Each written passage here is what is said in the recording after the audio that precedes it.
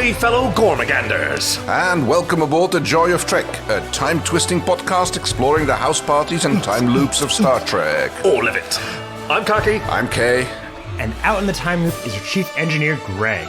I'm Kaki. I'm Kay, and together we're on a mission through the time loops of Star Trek to find the terrorists in every space whale and the excellence in every episode. Even the time loops. I'm Kaki. I'm Kay. And out in the time... What's happening? Because every episode must be someone's favorite, and it might as well be us. So swallow your dark matter suppositories and join us as we time loop into the Joy of Trek. You do know that you're not supposed to swallow suppositories, right? What? Okay, well, that's opened up some new concerns. Hello, everyone. Welcome back and back and back to the future.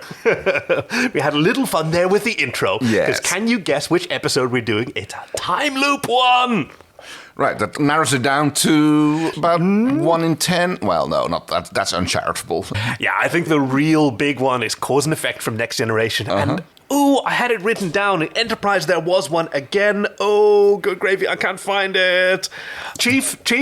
That would be the Enterprise episode Future Tense. However, I do just have to call you out here because you're missing one of my personal favorites of the Voyager episode Relativity, where Seven has to go back in time. And it's just one of the best episodes, because I'm biased. I love time loops. Man, anytime there's a time loop in anything, you just have me. So this is one of my favorite Discovery episodes because, time loops.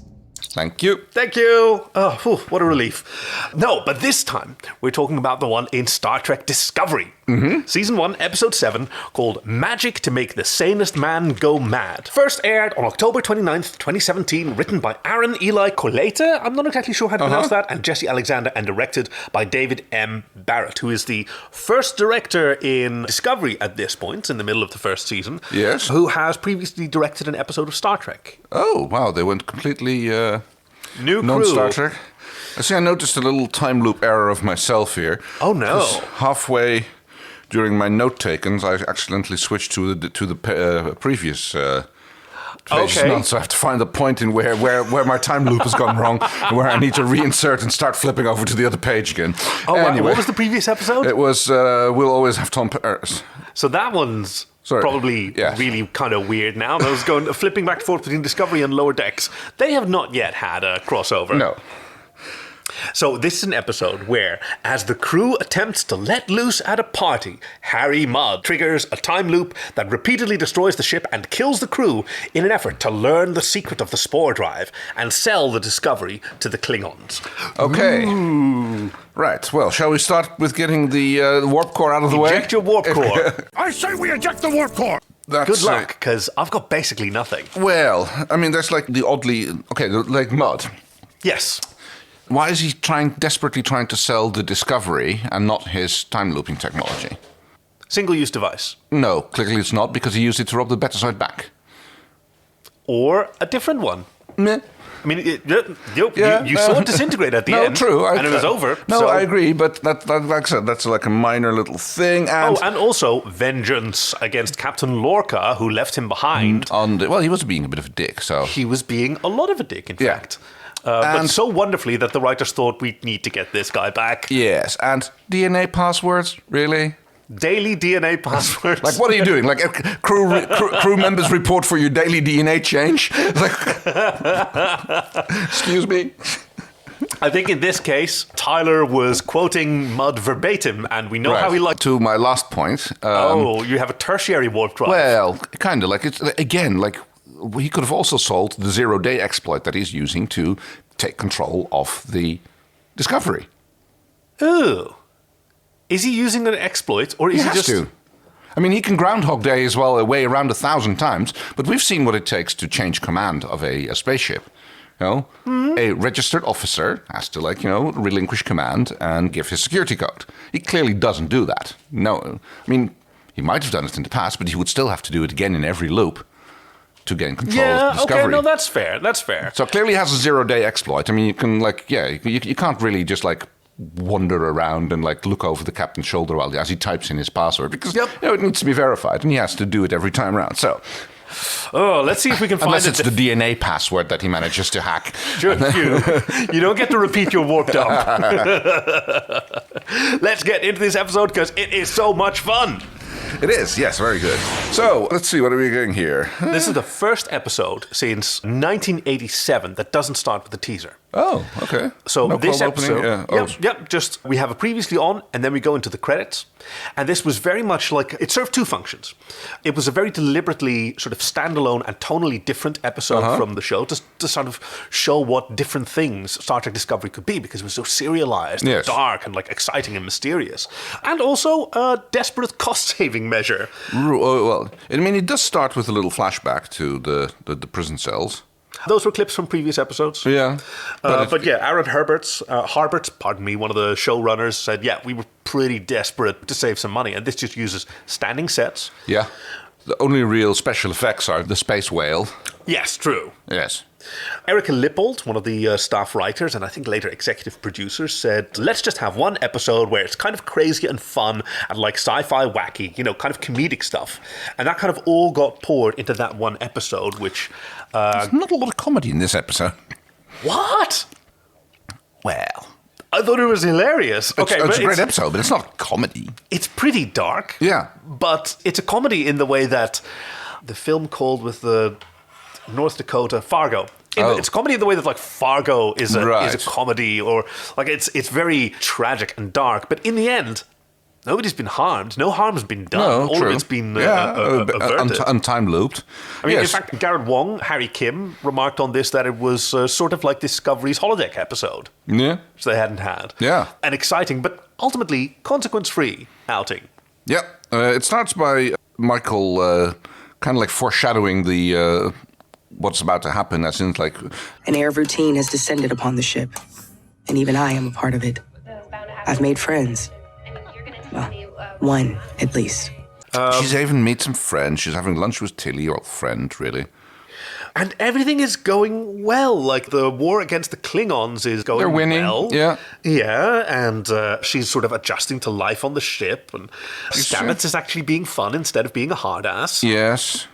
He's got that weird sort of goofy grin, which he says is due to... Lieutenant Stamets' ability to pilot the ship's spore drive has given him access not just to all of space, but to unseen parts of his personality as well. And she found herself intrigued by a new character who's been introduced, Ash Tyler. Yeah. Who was caught on the prison, escaped from the Klingon prison planet. Yes. Played by Shazad Latif. Part of the first season's attempt at a really sort of grand reveal and mystery with varying degrees of success. Believe there were people were onto him. Yes, because the character Volk was played by Javid Iqbal, who does not appear to exist. And people noticed that, hey, this actor... We don't have no idea who IMDb this page, and also, like, I think Iqbal is Shazad Latif's, like, middle name, and his dad was Javid. Yeah. Or whatever, sort of put it together. And I remember in the interviews with Shazad Latif at the time, like, he was pretty bad at keeping a poker face. And I remember one where, like, Jason Isaacs, who loves this stuff, sort of came in over his shoulder, interrupting the interview with, like, no, I don't know what you're talking about. No, it's just a mystery. Like, playing backseat quarterback was amazing. But yes, Burnham is confronted with something that is really going to tax the limits of her skills. Tonight, we are having a party. And it looks like so much fun. The lights are going. They're listening to Wyclef Jean's remix of Staying Alive, a song that is 260 years old by now. Yep. People have, flare candles, and they're wearing leis and fluorescent drinks. As one does. Tilly's playing beer pong with Reese. Yep. And she's in a bit of a musician phase right now. She says, like, as she's like conferring to Burnham that, yes, like, oh, go get some. That new lieutenant, or what is his? What is his rank? Probably lieutenant. Is he lieutenant? I don't know. Like, why don't you check him out? He seems cool. And she sort of... None too subtly tries to set them up. Yeah. Tilly asked this question, like... How does he stack up compared to your old boyfriends? And Burnham goes... How does he compare to yours? Yeah, smooth. Well, I did have a bit of a soldier phase. Now mostly into musicians, but she does wind up making out with Gen Reese there in the background. I really like this whole dialogue, because Tilly has literally let her hair down. But they're doing the thing, yelling over the music. They're having a great time, all of them, except for Michael, like she's still uptight. She's standing there all Vulcan-esque. I thought that Sonika Martin Green was already doing an amazing job because in the first shots of this episode, you see her incredible Vulcan poise, straight neck, straight shoulders, perfectly efficient motion, and she's still doing that sort of here. But there's a great deal of longing, right, in just the way she's standing there. She wants this that everybody has, but she doesn't know how. I can kind of relate. That's kind of how I stand at parties. It's like, right, yes, great, everybody's having a great fun time here, and like. That would be nice, you know? Yeah. I'm not a party person. It's Until you are. Well, yes, but that's usually after a few drinks in me.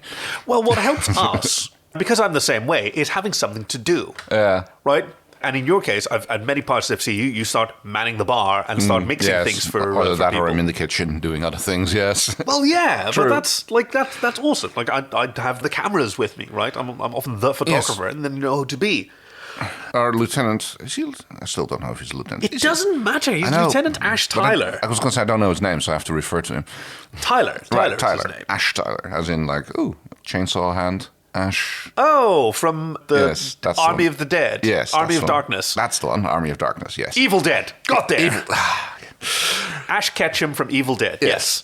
Groovy. So Ash, I'll try to remember that. But he's given You let me get away with that quite with a Pokemon crossover, but that's fine. Oh, like I know that he's. I actually don't know. Ash Campbell? No, Bruce Campbell is his last name. Yes. Down, Chief. We're not asking you. We're just having a little argument. Because that's what you... No, Chief, you're absolutely welcome to to join us in one of our Patreon episodes. But right now we're doing the thing that you do at the party, which is you have a little argument and you're sort of getting into it together, and you definitely don't look it up on your phone because that's a waste of a good argument. Kills the argument, yes. Oh, he's go to a Tellarite party. He's having quite a Klingon-esque speech, actually, about like wounded comrades and the 10,000 missing and all like that. So, yeah. If you look at it through that light, then it's... And raising a toast to a colleague in a wheelchair, that's actually disabled actor George Levizos, who appeared in the party scene and then in later episodes. Okay. Out of respect for people who've been injured, we also see Kayla Detmer. She was injured on the Shenzhou, and she has now cybernetic enhancements. Right. Oh, I was wondering if she was an alien or prosthesis. yeah, I saw that. But yes, as Ash mentions many times during this episode... Look at that. Saved from the horrors of small talk by duty. Because there's like a little call for Burnham and Ketchum to go to the bridge. You started this. Yeah, because he came over and Tilly subtly excused herself. Subtly. Hey, Tilly. What are you up to? I'm leaving. You guys have fun. And Tyler's about to ask her to dance, and she just sort of freezes like a deer in headlights until they're both summoned away. And she rushes after him to, I guess, apologize. Because she doesn't want him to think that she was blowing him off. And her sort of jogging after him and awkward sort of standing aside for some joggers that come past, like, it's so, like, believably awkward. She's off her game and really trying something new. Trying and failing, to be honest with him. She says that she, doesn't have a lot of experience with partying, and he goes, well, what about the Shenzhou? Yeah, well, my rank made it inappropriate. And, well, there's no such thing here now. But once again, saved by the bell, or in this case, saved by a very happy Stamets. He is high as balls. She apologizes and he hugs her. Like, why would you apologize? He must have just been in the spore drive chamber huffing a new strain or something, because like he is. Like, yes, this is an MDMA strain of the mycelium that I found. Wouldn't that be nice? These are the moments that make life so gloriously unpredictable. Oh, how lovely. And then he turns to Ash. You're a very tall man. Weren't you the one that was tortured relentlessly for several months? Yes. Oof. That's the downside of people who are having a great time. Yes. From the mouth of babes and the stoned. His husband, Hugh Culber, shows up, apologize profusely for my partner. But Stamets isn't done. He shows off these cool cybernetic implants that he's gotten in his forearm to make the connection to the spore drive more comfortable that his resident genius has created for him. And then he turns back to Burnham and Tyler and goes, what's the deal with you two? Yes. Well, we were just avoiding that discussion. She immediately says, there is no deal. And Tyler says, yes, Specialist Burnham would hate to be inappropriate. Oh, yes. Zing! onto the bridge we go. And man, I love this bridge. It's got this copper sheen. We get this beautiful, like, circling shot around Saru to see every, like, station and light. It's such a beautiful environment. Because they've just detected something. Yes. Shields up, phasers to stand by. But fortunately, it turns out just to be a Gormagander. Which is a space whale, which is endangered because of overhunting, thinks the captain. No, says Burnham. No, they're just like space pandas. They just refuse to They're too busy eating to not... Well, that's depressing, says Lorca. They're space giant pandas.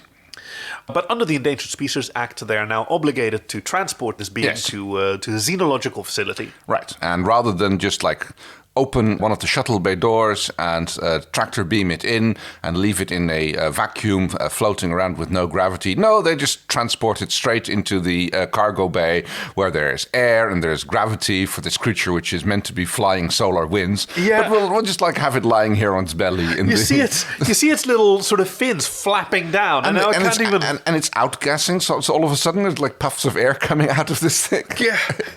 I mean, that read to me like just a sigh, like, oh, no, fuck's sake, here we go again. It's like Marvin the paranoid android from The Hitchhiker's Guide. I just managed to get away out of that like sanctuary, and they're going to take me back again now. Oh no, I know who it is. Also from Hitchhiker's Guide. Who is the sort of reincarnating, who becomes a plant at one point? Oh right, yes. It is actually the Braggle Beast of Trial, as it turns out. Words in the end. Chief, can you correct us on this? Yes, it comes back again. Yes, and it is also the Petunia, which is falling along with the whale, and it gets killed again and again by Arthur Dent. Dent, yes, unintentionally. And the last Dent thoughts that go through his mind are...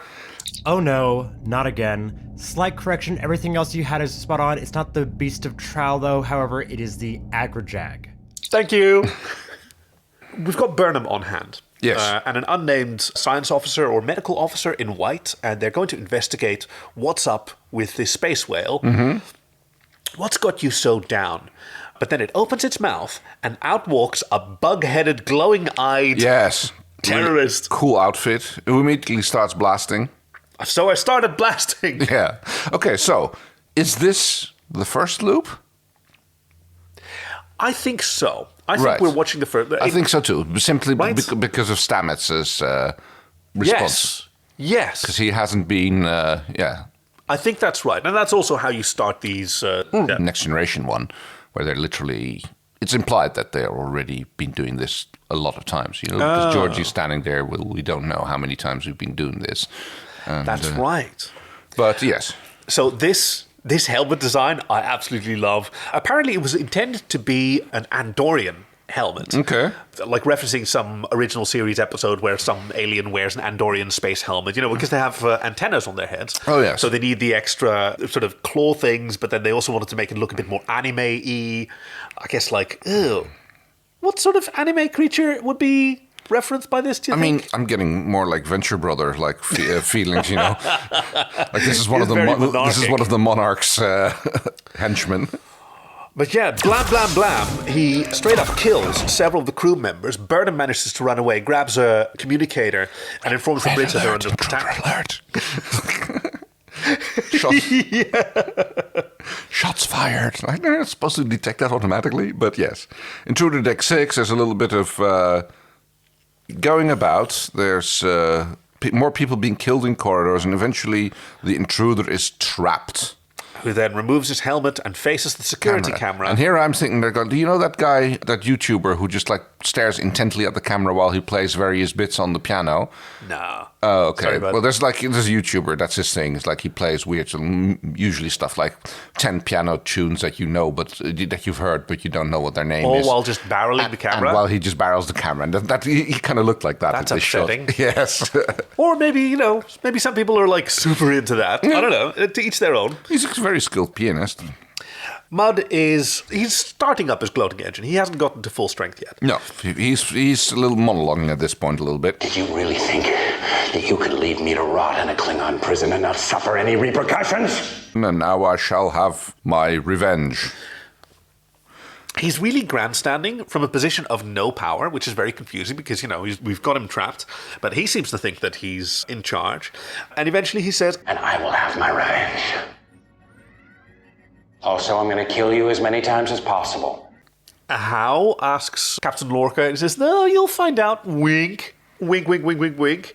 And then he sets off. Let me see. It's an interaction between Ancium and Urium, which was an explosive interaction also featured in the Next Generation Night Terrors. Oh, yes.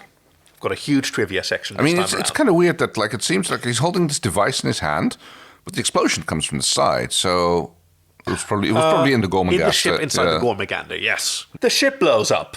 Essentially, not too fast, but in bits and pieces. Our beautiful Crossfield class USS Discovery just blows up and everyone dies. And then it's like, staying alive, which I thought was because everybody's back to life again. A song that you know well as a trained first aid applicant. It's one of the songs that are very good for keeping pace to when you're performing CPR. Chest compression. My personal favorite is The Proclaimers, actually, because it's got the same rhythm and the verse is exactly 30 beats long. So right.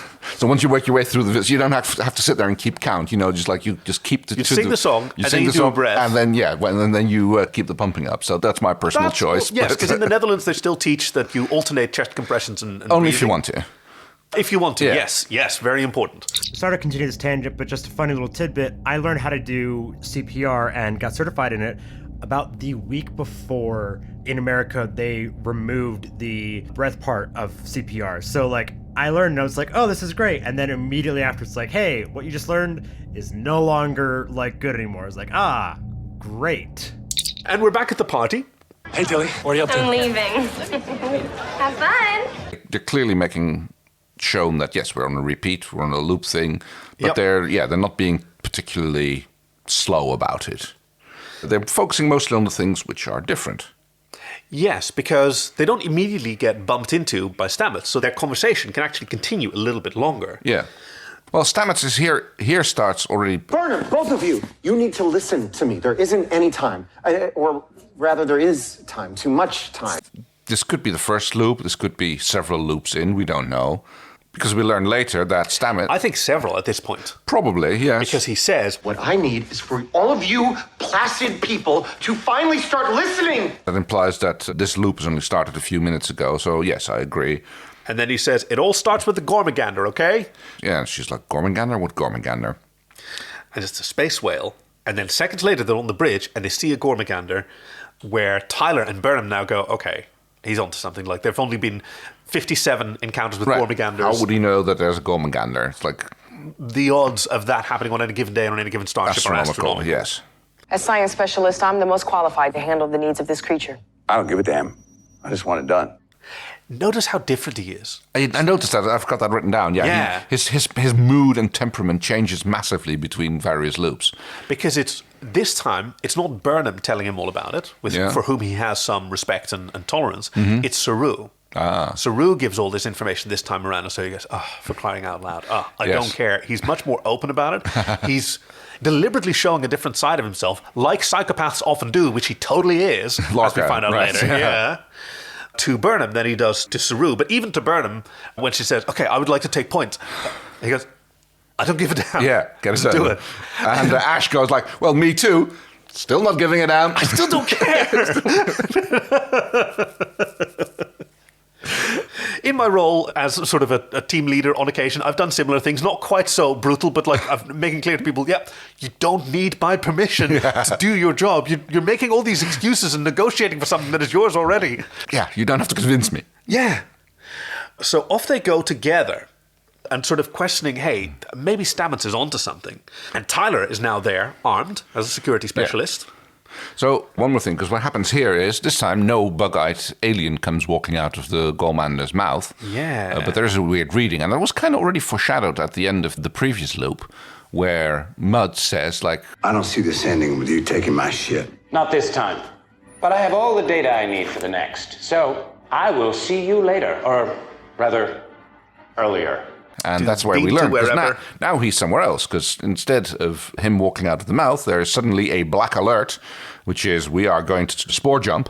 I didn't order a spore jump. I do not activate it, sir. Computer, show me engineering. Denied. Computer says no. Computer definitely says no. And also, critical drive overload in 3 minutes. Yep. And a very cheerful Mudd welcomes Burnham and Tyler as they charge into the spore chamber. Phasers drawn. Welcome, kiddies. Make yourselves at home. I have. Notice their posture, by the way. Well, yes. Taking the corners, moving around the doors. Good gun discipline on Ash there as he points his gun at the ground as he moves around behind. Yes, Burnham. he never crosses Burnham. Yep. Which, is a very reasonable consideration, considering that these weapons don't have guards on the triggers. Very true, yes. Whoever came up with that design? I don't know. The amount of negligent discharges must be immense when you're putting people putting their phasers away. Maybe there's some other combination. Could be some sort of grip interlock or something else. Or I noticed that they both have the same thing where they have a supporting hand and they have a gripping hand. Yeah. And the gripping hand's shoulder is back a little bit. They've got the supporting hand shoulder forward. Which is a kind of weird stance. Would you normally do it the other way around?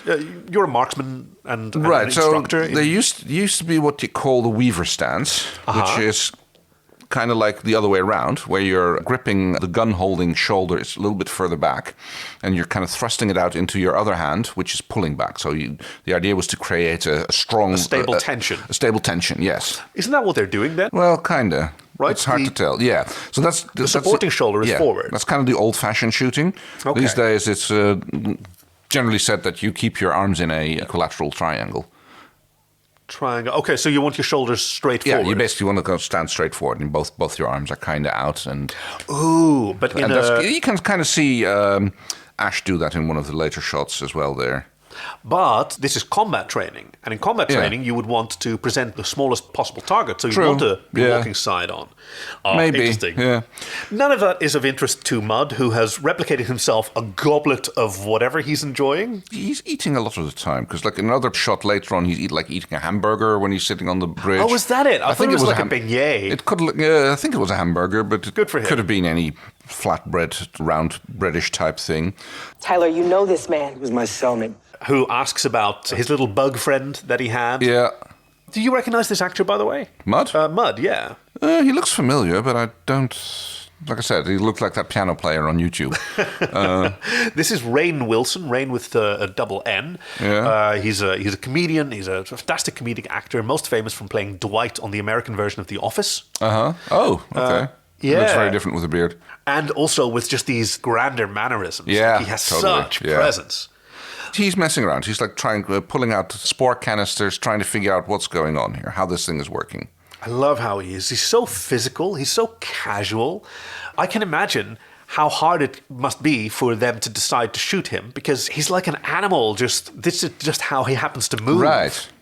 And you don't know. He might have had his phaser set to stun. I mean, to be honest, kind of surprised that it took him that long to start shooting. Yeah. I mean, considering how safe the stun setting on... I know, right? It's like no reason to just blast them and figure it out later, yeah.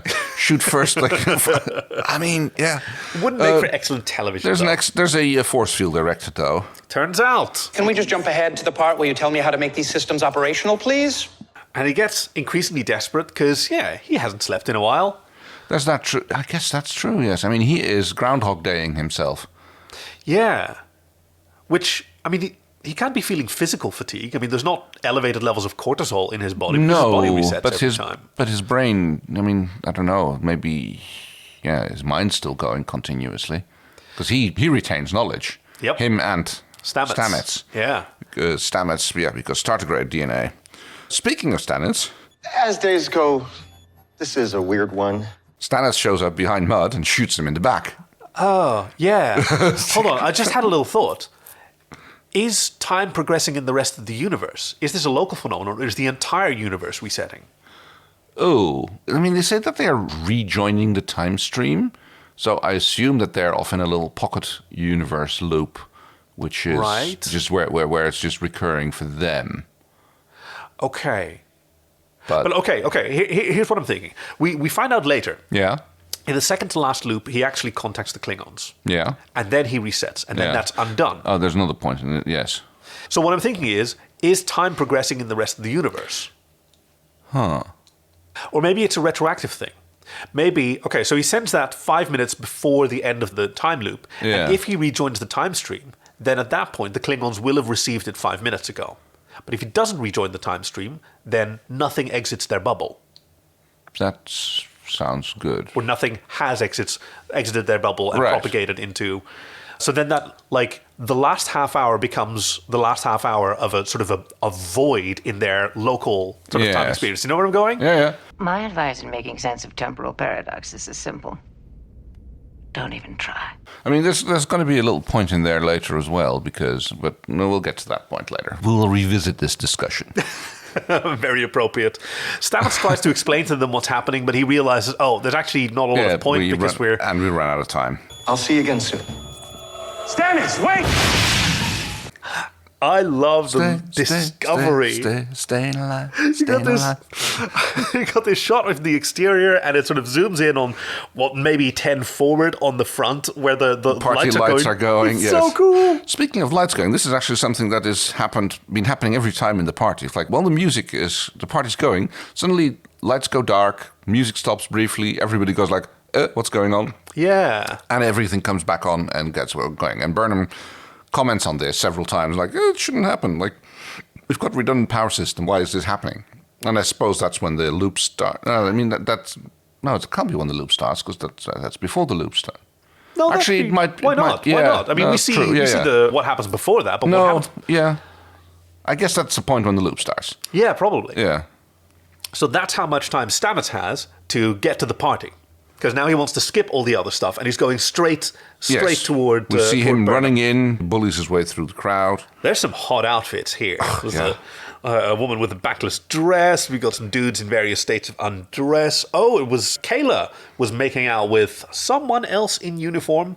Kind of bad form to go to a party in uniform. Yeah, well... Show off. Does Burnham even have his civvies? Oh, she's got a prison jumpsuit that she arrives in. But I guess you could have those replicated. But I can imagine she's not the kind to do that. But yeah, Stamets comes in too late because Ash and Michael have already gone to the bridge. Yep.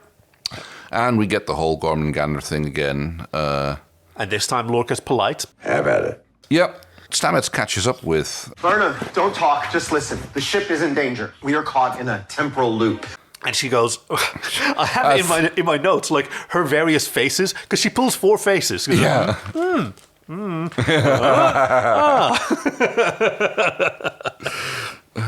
think these might be side effects of your exposure to the alien DNA. It's possible we haven't taken into consideration the cognitive variances. Yes. Please stop talking and come with me. I'll explain everything. Now, left alone with Saru, Lorca is rude about the Gorman-Gander again. Is the fish on board? Technically, it's not a fish. Yeah. We hear that several times as well. But the doctor calls the captain over to sickbay, and this is the first time that we see that Mudd has control over the systems, because it wasn't the doctor. It was Mudd who is calling the captain in. Do you see, there's one little detail here. Captain Lorca walks into the turbolift and says sickbay, direct. Yes, I noticed that. Yeah, it's like main captain override. Like, don't stop skip on everybody else. Yes, yep. this one's now mine. I want to. Yeah, and he's facing Mudd. There's a dramatic shot between Lorca's legs where another crew person falls dead. Yes. There's so much cool handheld, funky camera work in this episode. I adore it. It's always around Mudd, isn't it? It really is. Like, he has this reality distortion field that just makes Star Trek a lot weirder. It's all about the Dutch angles. Mudd is, of course, a character from the original series, an antagonist that appeared a few times. Yeah. He was mentioned in Star Trek Into Darkness. Isn't he the Treble Merchant? No, that's a different film. Oh, okay. No, he's big and mustachioed and also a brash figure. I'm not actually familiar with those episodes, though. So I can't tell you much more about them. So, yes, basically he gets him to try and explain what the deal is with the ship. And there's an area of the ship that Mudd can't get into, and so he wants Lorca to open it up for him. I suppose that's the spore. Well, that can't be the spore. No. See, Lorca has a special little retreat, a man cave, as where he Mudd calls it. Yes. The deadliest things in the universe. Yeah. It's a shadow gallery where he now takes Mudd, while Stamets is trying to explain everything to Burnham again. Yes, because it ends, the exchange between Mudd and the captain ends with... Computer, access self-destruct program. Accessed. Ball's in your court, Captain. Stamets trying to talk to. And he is like literally doing a Groundhog Day because he is actually taking this entire loop just to establish rapport with Burnham. Stamets is, yeah. Stamets, yes. Yeah. He's just like he's just like, okay, well, just like, I'll give up trying to get something done. I'm going to like use my time here to get to know Burnham, get her to tell me something that'll convince herself that what I'm saying is telling the truth. Yes. And even does a little dancing with her, and yeah. Is that this one? Yeah, I think you're that's right. this one, yeah. Wait, no. This is... Oh, the dancing's later, yeah. This is... Tell me a secret. There's something that will immediately prove to you we've had this conversation. Something you've never admitted to anyone. I promise it'll be safe with me.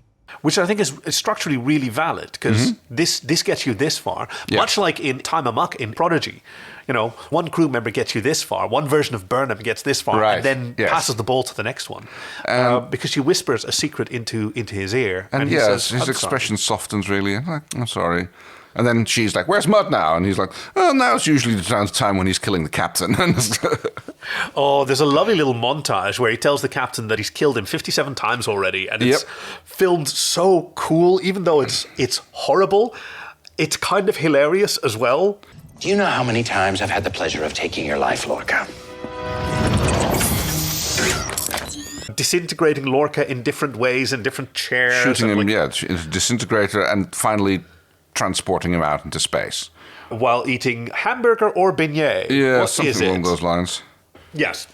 Definitely not a beignet. Also don't necessarily no burger, maybe like just a ham sandwich. Oh, yeah. We'll have to see if there's anything notable on whatfoodareyeating.com or something. Is that a thing? I don't know. There's the Internet Movie Food Database. I mean, there is I don't one know, for I- like I- firearms. I know, that- that's what I'm referring to, pretty much, yes. We had a lot of fun studying all the various models used during Battlestar Galactica Oh, back yes. in the day. Oh, speaking of firearms, Mudd has picked up one from Lorca's devilish shadow gallery where he wonders Right. what it does. We Does don't it know melt that brains? yet. Yes. I hope it melts brains. Let's find out. And he ends up shooting. It just makes it kind of just disintegrates him by the looks of it. Oh, it's brutal. You see a bit of skull and like, horrible weapons there. And now, this loop, Stamets is on time, immediately runs up to Burnham, interrupts everything that she was about to... Spotted the hottest guy over there, and apparently he's in a band. Have fun. Okay. Shoves her over and like... I mean, hey, if Stamets is into him, then yeah, let's find out. Maybe he has an open relationship with the Doctor. Well, you can always look. True. And appreciate beauty in all its forms. Absolutely true. And he gives Burnham the abbreviated version and then tells her a secret that she told him. You've never been in love. And of course it's a shock to her, but he says, you told me that in order to prove to you, so do you believe me? And she's like, yeah, okay, I guess so. I believe you. He basically gives the quick and short description of what's going on. And then he gets like, because if I have to explain this to you again, I'm going to throw myself out of an airlock. 'Cause, like, this is implicating that this isn't the first time that they've had this conversation. That is like, he is indeed trying to, find the right combination. Yes, again, Groundhog Daying his way into. And this time he's looking for some new information to figure out what this technology is that Mudd has. Because in the previous loop, he heard Tyler mention that he was Mudd's cellmate. Yeah. So now he wants Burnham. You talk to Tyler and find out what he knows about Mudd. Here he comes. He's still wearing that lei, which is made out of plastic snowflakes by the looks of it. Oh, yeah, that's lovely. This is just after his speech. They were having this conversation during Tyler's very emotional speech. And instead, Ash goes to the bridge, but Burnham goes to talk to the Doctor. Stamets and Burnham sort of connecting because this failed. And now they're just having a chat. And I absolutely love this scene. Because it takes a break from all the peril that they're under. Because Stamets also knows we're not really in danger. Yeah, we're not in that much of a hurry. Because Stamets knows that he is the missing part. He knows that Mudd is never going to figure out how to operate the spore drive. Yeah. Because Mudd doesn't know that Stamets is the key component. Yeah. And nobody has told him that. And nobody will, of course. Yeah. But now Burnham gets to really converse with Stamets. Now, Michael gets to talk to Paul. Right. Sure. Forgive me. I'm just like, I'll just keep using whatever name pops into my head first. Of course. No, absolutely fine. When I suddenly referring to someone by their rank or by their job title, that just means the name part of my brain is out having a cigarette. But so, like, he tells her, well, you like him. That makes things a little tricky. And she says, I'm out of my element. And he invites her to dance with him. Yes. Just in the middle of the corridor. He's speaking a little bit about how him and his husband met up. Yeah. And I love how he gives this, like, exasperated, will you let me lead, please? It's like, oh, sorry. So he was at this lovely cafe in Alpha Centauri. Oh, actually, let's just let him tell the story. Yes. I was in a wonderful cafe on Alpha Centauri when 3 seats down comes this hideous humming. Have you ever heard someone try to hum Caecilian opera? I can't say that I have. Well, I told him to stifle it or sit somewhere else. Instead, he sat right next to me. And he's been there ever since. After such a rude exchange, why would he do that? I told him how I really felt. And he did the same. And we like that about each other. I'm good at honesty. Never hide who you are. That's the only way relationships work.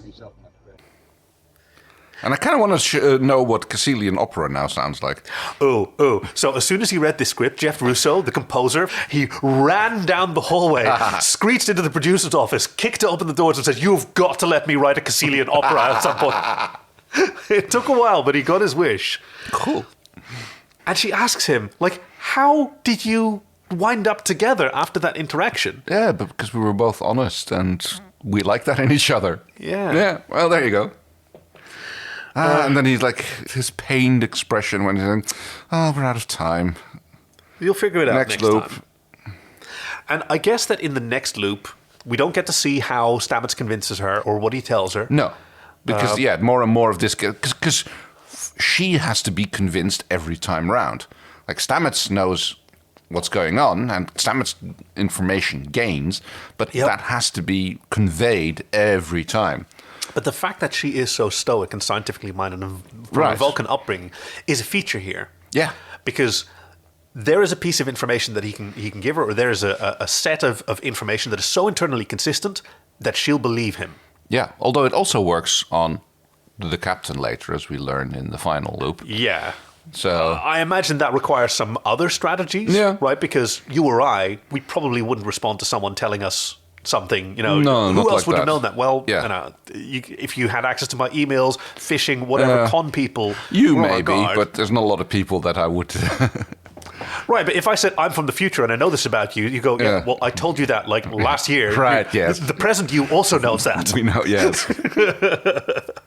And so apparently she's now on mission and she knows that she has to do something that she really doesn't know how to do. Yeah.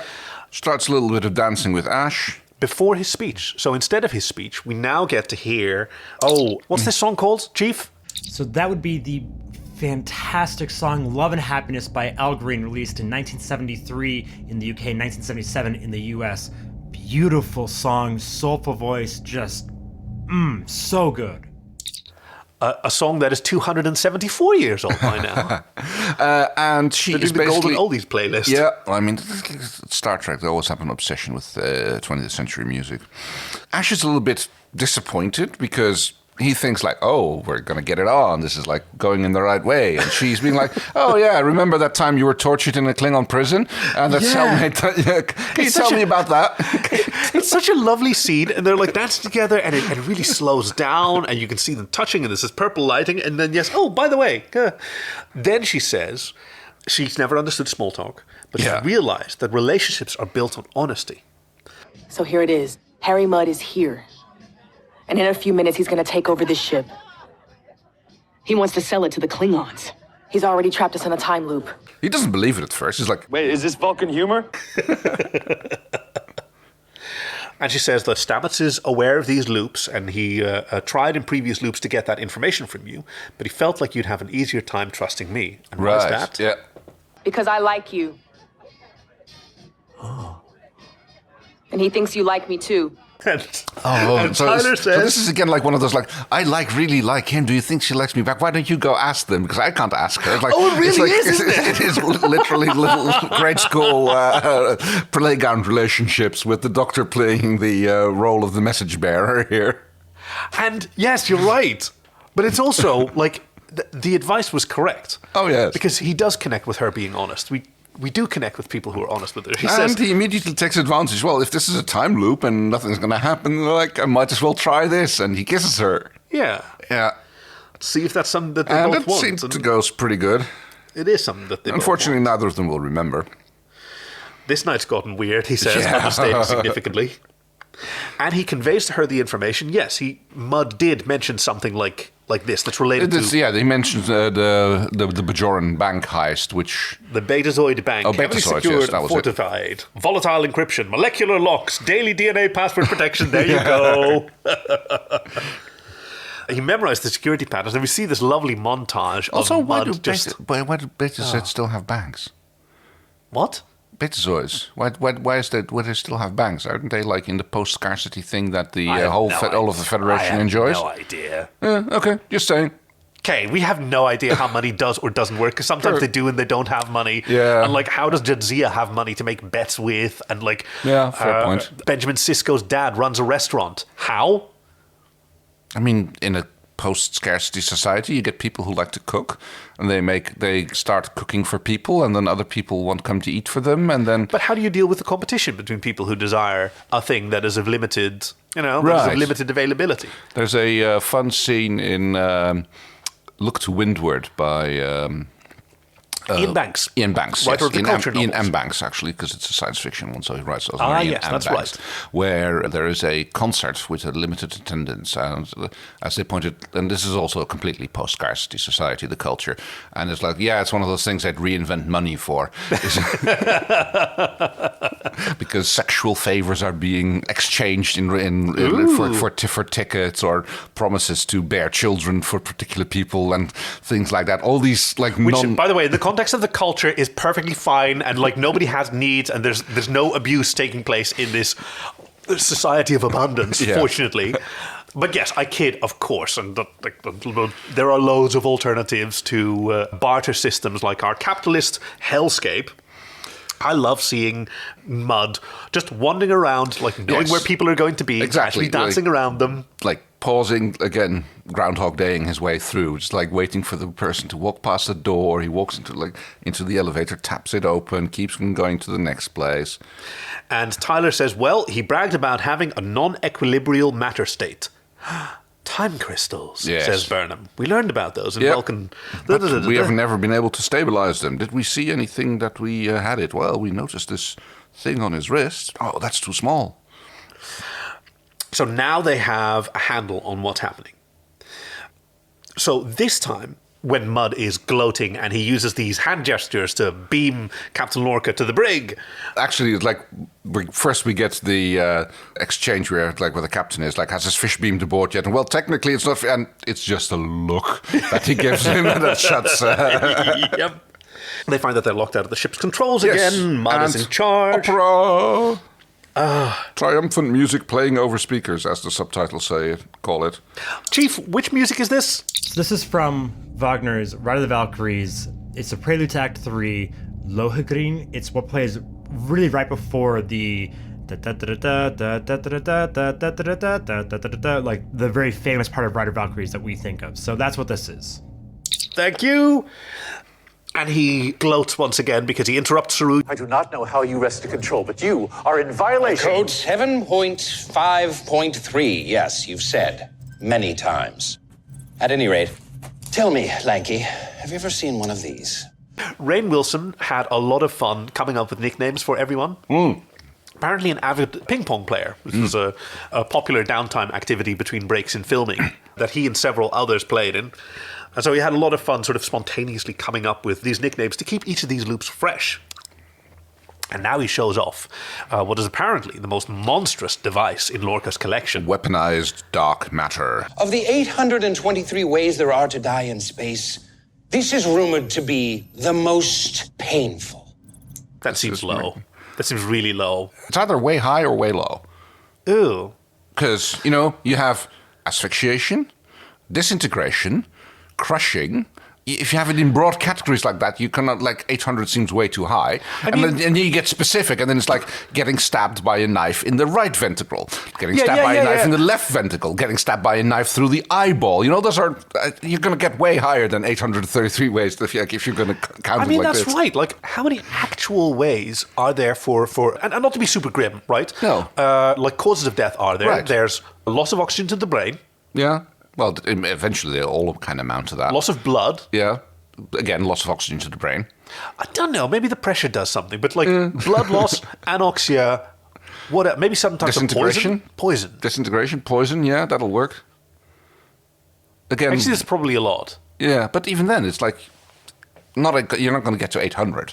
It's like there's only a few fundamental ways to die, and unless you're counting, let's not get overly critical about this. It is really grim. But apparently, the weaponized dark matter rips molecules apart at the subatomic level, which if you use it on the bridge, it would probably kill anybody with all the high energy particles that are suddenly blasting out from this body that is being ripped apart into subatomic particles. Yeah, and also, why would that be painful? Yeah, good point. You can't sense at that scale. Yeah. But at least, hey, this doesn't deserve a warp core dump. Because, molecules being ripped apart at the subatomic level, weird thing to say, but not inaccurate. One of the bridge crew tries to charge Mud. Yeah. So if any of you are planning on becoming heroes, including you, random communications officer man, you'll find there's very little I don't know. Yeah, almost addressing him like a red shirt. Yes. Yeah, I know, yes. I thought that was funny. He hadn't had a name yet, but this is R.A. Bryce. Uh-huh. He was the one who was speaking Welsh on the bridge during the Universal Transporter malfunction. Yeah. But it's Tyler who gets zapped by the dark antimatter. Yes, because Tyler and Burnham show up on the bridge, and now Mud knows, hey, something's weird. You don't do this. And someone must be messing with the time stream. And he threatens them. And he throws one of these pellets at Tyler, who disintegrates. Yep. Pretty gruesome. And he basically claims that he will disintegrate everybody until he is told who's cheating. Yeah, what's going on. Yeah, I mean, he is, but how do I start the dungeon? And Stamets finally reaches the end of his metal. He goes like, okay, stop, it's me. I can't watch you kill any more of my friends any more longer. I've had it. Yeah. And he basically caves. And it's that part. Like, he knows they're going to be reset. They're not really dead as long as the reset's happening, but he can't watch it. Yeah. Because it's just too horrible to see. Kind of putting the lie to my interpretation of this as a comedy. Because, I know these are actors. I know that this is a television production. I'm having a lot of fun seeing all these various creative ways to die. But in this world, he's watching people in pain and suffering. And he doesn't want that. He teleports him and Stamets to the Spore Lab. And Burnham goes running to the Gormengander. So do you think that this was their plan? Oh. Because after Mud and Stamets beam away to the Spore Lab, Burnham and Saru both go to their stations. And Burnham immediately contacts Tilly and gets Tilly to join her in the shuttle bay where they analyze the strange energy readings in the Gormengander. And Tilly's still in party mode. She sobered up right quick. Yeah, I mean, a synthol, Poor thing, no wonder you feel bad. Mud hid the ship inside the creature, and the crystal inside the ship. This crystal, it has the same orthogonal indices as the device on Mud's wrist. That's fun technobabble, isn't it? Yes. Orthogonal indices. Yeah, I like that. So can we disable it? No, we can't. We're running out of time again. And now she decides to... put a stick in the wheel. Right. They're afraid that he's not going to reset the timeline again because he has what he needs. He has Stamets. Yeah, he has Stamets. So they have to come up with something to force another restart. Yep. By showing him that there's something valuable and then destroying it so that he has to go back and get it. Which is the mistake he makes. I mean, she goes into the captain's ready room where Mud has made himself comfortable again. Is he eating again? Probably. Lorca famously had fortune cookies. Oh, a bowl of fortune cookies on his table. I murdered Takuvma, the Klingon Messiah. That's absurd. I checked the officer's manifest. You're a nobody. I'm not an officer. I'm Michael Burnham. And this is where Mud makes his mistake, because he gets greedy. Yes, that's it. He should have realized that they're onto something. Yep. So he's either overconfident or he's greedy, and he forgets it's that... greed. He can't resist it. Because those are his two flaws. He always wants more, and he loves to win. Yeah. And those are the two factors that they exploit. First with greed, and she's very honest when he asks, like, why are you telling me this? Well, I want Tyler back. Yep. I want and Tyler then to she be not swallows dead. another one of those pellets, and she's destroyed, so he goes, I'm going to have to reset anyway. Yeah. I mean, for the most painful way to die, people are taking it pretty well. These are some pretty stoic people, and she has Vulcan resistance training, but she even gives him that little sort of f*** you eye as she's being dematerialized. Oh yes, the computer says we are being hailed by the Klingons, and now he decides to reset time. So it must be the entire universe. Because otherwise, when they rejoin the time stream, the Klingons would know where Discovery already is, because they'd received that information previous loop. And now we get a silent montage. A hard work montage. It's a race love it against so much. time. And our crew are trying to communicate and convince each other as quickly as possible. And you can see some fiddling being done with the captain's chair, who's been convinced, while Mud is walking through the ship, hacking everything. It's so cool. Making his way towards the bridge. You get the first good look at his Predator bracelet. Oh, yes, because that's where he's kept his device. That's where he's got the controls for the device, at least, yes. That's one. And as he is greeted on the bridge, it's like, well... Captain Mud. Your chair, what's happening? He's, like, rightfully suspicious. Mm-hmm. This is where he says, you've been cheating. It's like... The discovery is yours, and it's a really good sort of triple cross. Because what they want to convince Mud of is that we've looked at all the options. Yeah. And the only option we have is surrender, because we want to live. Yeah, we're going to give you what you want, and we want to stop you killing people. And Mud rightfully says, like, hang on, that's not right. Why would you give me... I mean, I can understand why you would not want people to die, but why are you giving me these two then? That doesn't sound right. Because it's much more Star Trek's thing. Like, yes, we'd rather die. Rather all of us die than you get two of us. So it's specific to Lorca. I will not have a repeat of the Baran. I've got a question. What happened there? We don't actually know. Okay. But that is presumably the moment when... Yeah, we don't need a spoiler alert for a show that's 6 years old at this point, where the crossover happened that switched, or that allowed Mirror Universe Lorca to arrive in this universe. Right, that was it, yes. Because there was also an ISS Buran there, so... Mud accuses Lorca of trying to con him, and he goes like, no, I'm just making a negotiation. And he makes himself extremely vulnerable. He says, I need your word that you'll spare my crew. And Mud enthusiastically says, you have my word. I've never been one to look a gift captain in the mouth. Yeah. Again, he sits in the chair, tells the computer to send the message to the Klingons. And this is when the trap is sprung. Yep. Everybody holds still. Everybody stays quiet, looking at each other while he monologues. The time stream is rejoined. The device on his wrist dissolves into nothing. Hey, single use. There we go. And now they let him believe that he's won and that he's taken Stamets and Burnham to the transporter room to meet their new Klingon overlords. Mm-hmm. But now they pull their, I guess it's a big old parlor scene. I suppose so, yes. Where everybody gets a turn explaining how they tricked him. So, it wasn't about Stella after all. It was always only about you. You keep talking about how you lost her because of the war, but her father's an arms dealer who's made a fortune off it.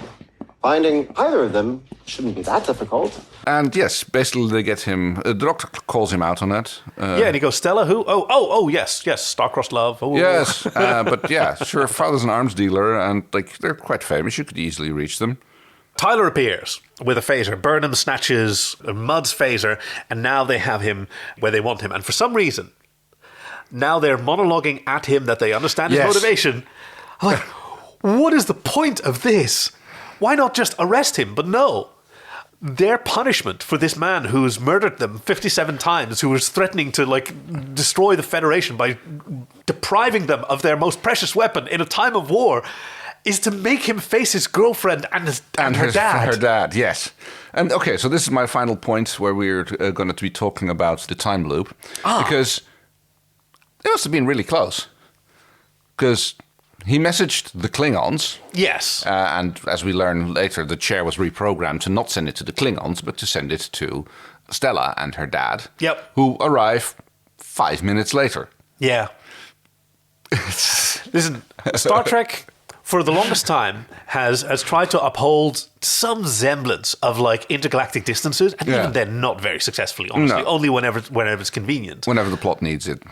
Right, but that plot need was usually for just a dip. Now we need a whole bunch of time where nothing happens, waiting for the next plot beat where we can just do some filler stuff. And that's not how television is written anymore. It's not how films are written anymore. We don't need that filler. So yeah, let's just skip it. We can integrate the emotional beats and the action beats a lot better. Yeah.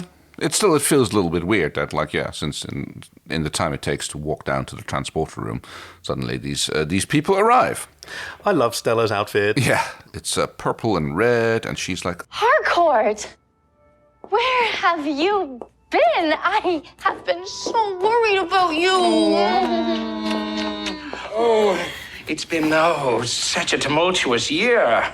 Yeah, and he does that thing that bad people do, which is to sort of model, okay, what does she know about how bad I am? Okay, that's what I'm going to admit to. I'm going to say it's tragic, and I try to work on myself.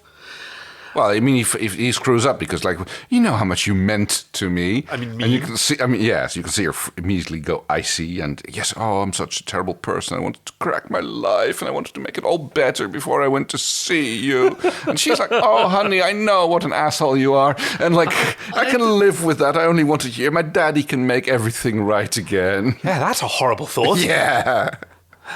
So they're okay with an arms dealer who's profited from several wars, and this is all okay? And he stands there in his little cloak and his, bedazzled jacket, and he's just, besotted with his daughter. I would do anything for my daughter, for better or for worse, and for some reason she's taken to you. As for Starfleet, I don't intend to be in debt to your organization. How do I repay you? Just make sure Mr. Mudd spends the rest of his days at your daughter's side and out of Starfleet's way. Consider it done. Which, I mean, I can understand that, he tried to escape from that. And he later would, because he appears in the original series, which takes place after Discovery. Yes. And away flies the weapons merchant ship, which I believe that ship is called the Festoon. It looks delightfully dorky. It looks almost cartoonesque, that ship. I don't know why. I like it. And we get a little reminiscing scene between Ash and Michael. It's like, oh, Stannis told me we danced. And it's like... Yeah, he told me that too. Can't imagine that. And Tyler says, I'm a really good dancer. He said I liked it. I can't imagine why. And now they're teasing each other a little bit, or Tyler's teasing Burnham a little bit. And now she opens up to him again. What I'm feeling